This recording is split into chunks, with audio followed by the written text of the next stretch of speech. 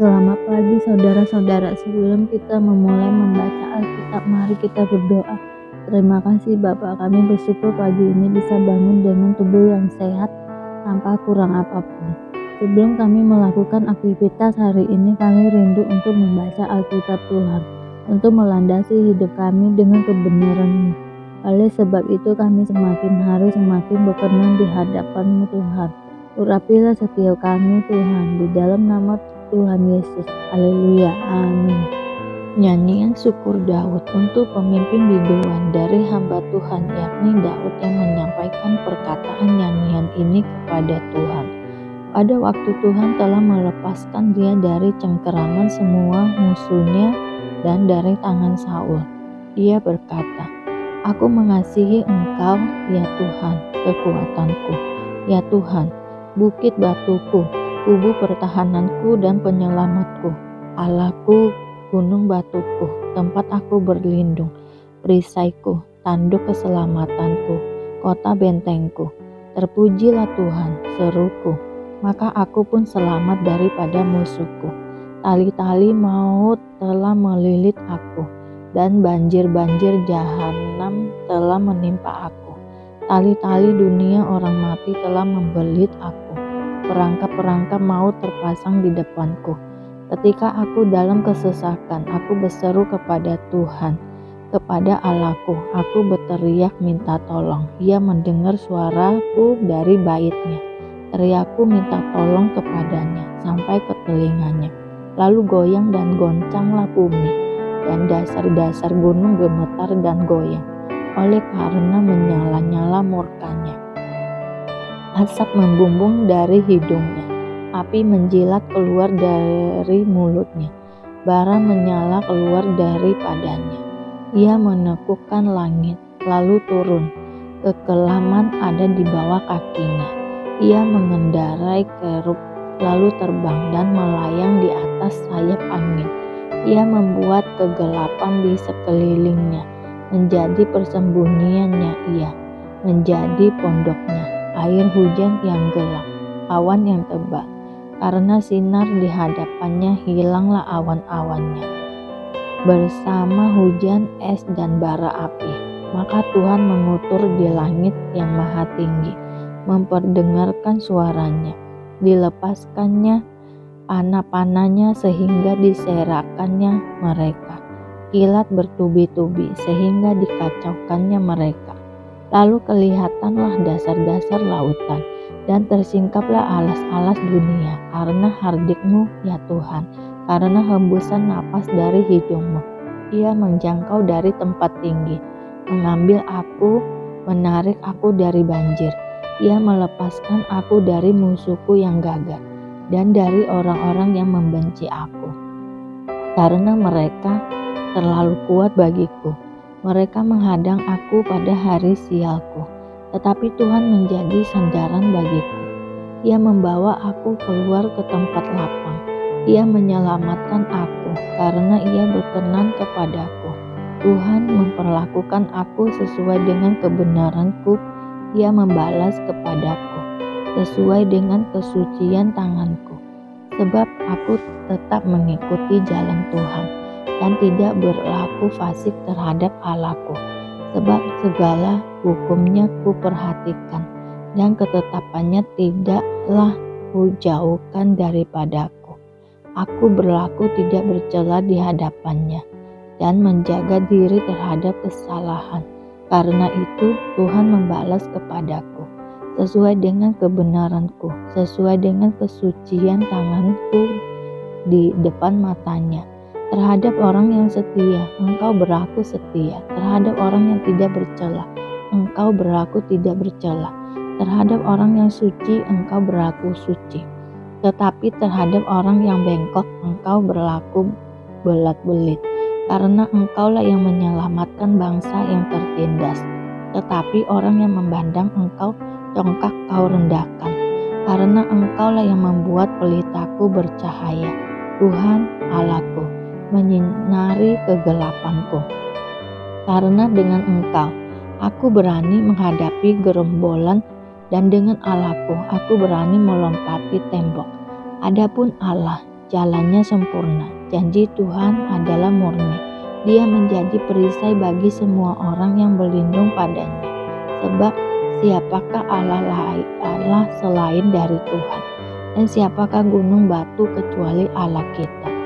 Allah, Dialah yang mengikat pinggangku dengan keperkasaan dan membuat jalanku rata, yang membuat kakiku seperti kaki rusa dan membuat aku berdiri di bukit, yang mengajar tanganku berperang sehingga lenganku dapat melenturkan busur tembaga. Kau berikan kepadaku perisai keselamatanmu, tangan kananmu menyokong aku.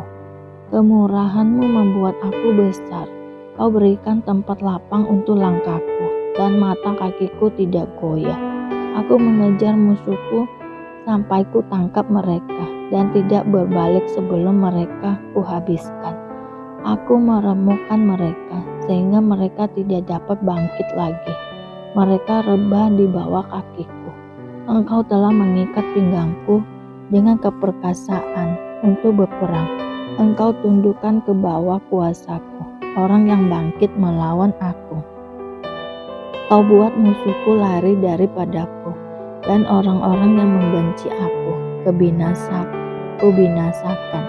Mereka berteriak minta tolong, tetapi tidak ada yang menyelamatkan. Mereka berteriak kepada Tuhan, tetapi Ia tidak menjawab mereka. Aku menggiling mereka halus-halus seperti debu di depan angin, mencampakkan mereka seperti lumpur di jalan. Engkau melumpuhkan aku dari perbantahan rakyat. Engkau mengangkat aku menjadi kepala atas bangsa-bangsa. Bangsa yang tidak kukenal menjadi hambaku. Baru saja telinga mereka mendengar, mereka taat kepadaku. Orang-orang asing tunduk menjilat aku. Orang-orang asing pucat layuh dan keluar dari kota kubunya dengan gemetar.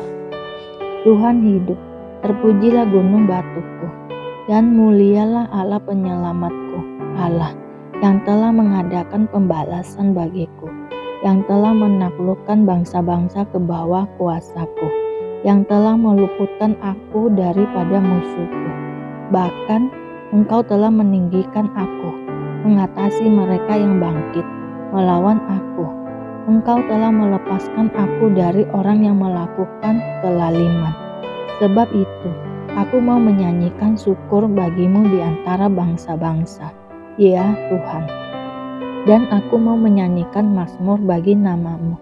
Ia mengaruniakan keselamatan yang besar kepada raja yang diangkatnya, dan menunjukkan kasih setia kepada orang yang diurapinya, yaitu Daud, dan kepada anak cucunya untuk selamanya. Kemuliaan Tuhan dalam pekerjaan tangannya dan dalam Tauratnya untuk pemimpin biduan. Mazmur Daud. Langit menceritakan kemuliaan Allah, dan cakrawala memberitakan pekerjaan tangannya. Hari meneruskan berita itu kepada hari, dan malam menyampaikan pengetahuan itu kepada malam.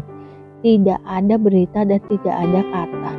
Suara mereka tidak terdengar, tetapi gema mereka terpencar ke seluruh dunia, dan perkataan mereka sampai ke ujung bumi.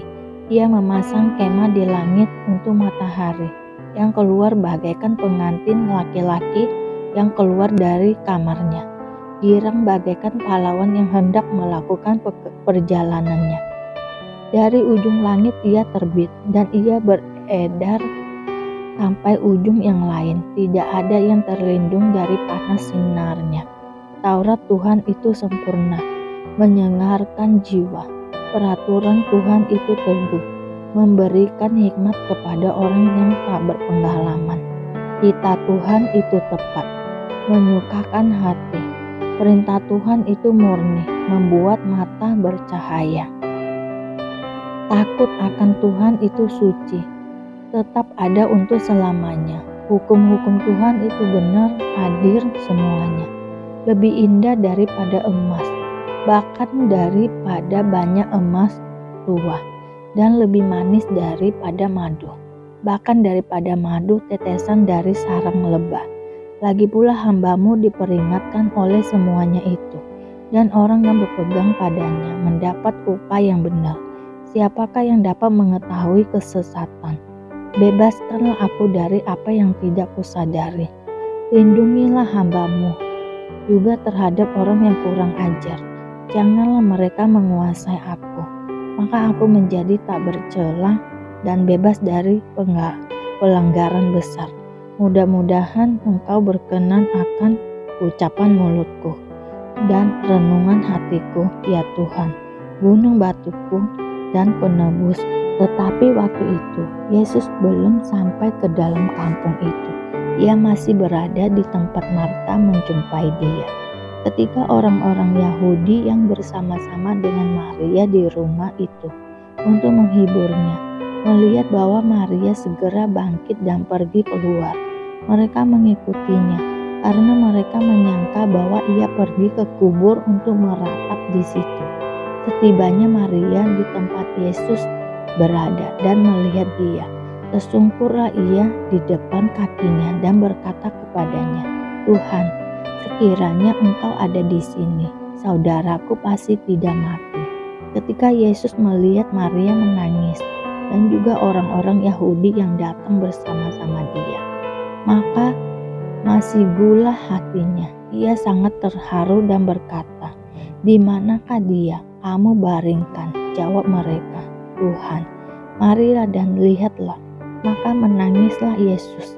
Kata orang-orang Yahudi, "Lihatlah betapa kasihnya kepadanya."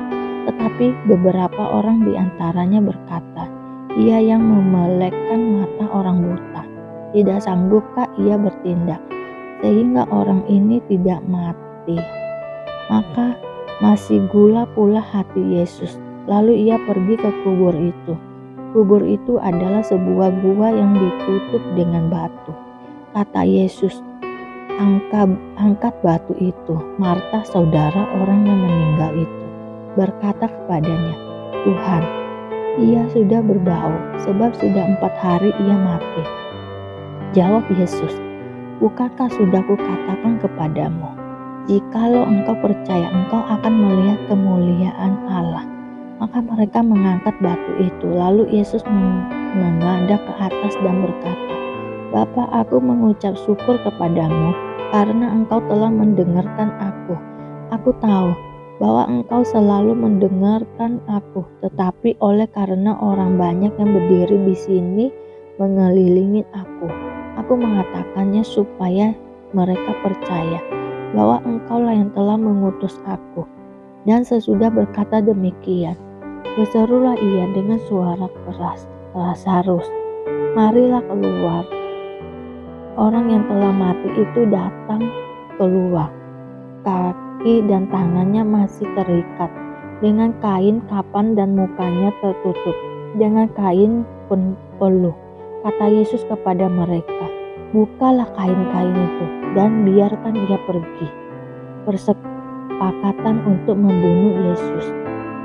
Banyak di antara orang-orang Yahudi yang datang melawat Maria dan yang menyaksikan sendiri apa yang telah dibuat Yesus percaya kepadanya. Tetapi ada yang pergi kepada orang-orang Farisi dan menceritakan kepada mereka apa yang telah dibuat Yesus itu.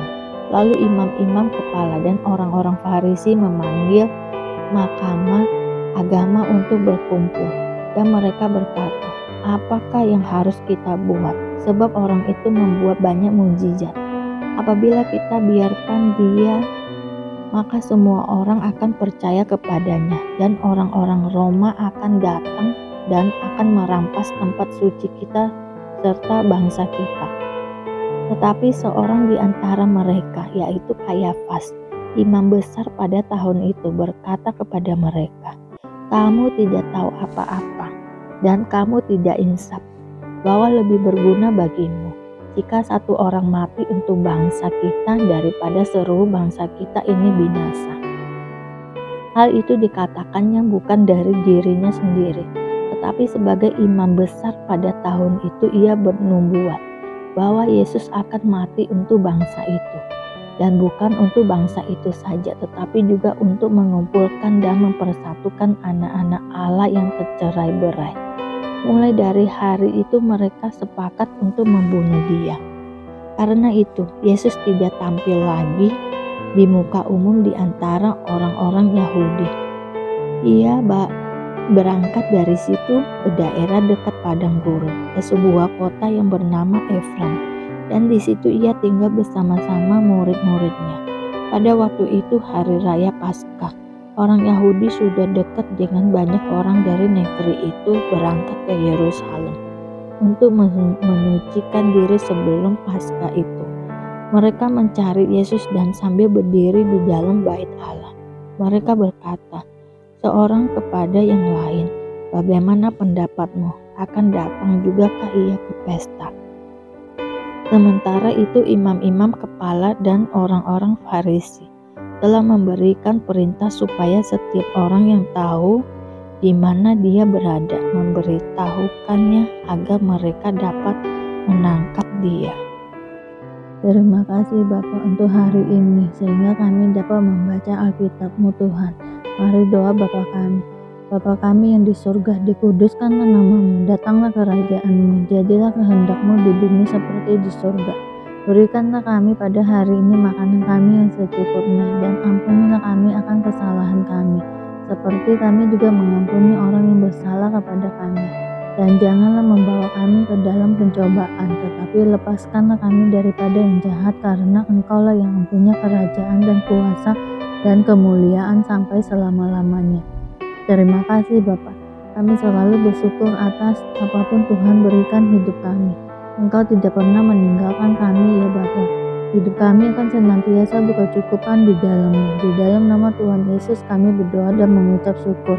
Amin, amin, amin. Tuhan Yesus memberkati.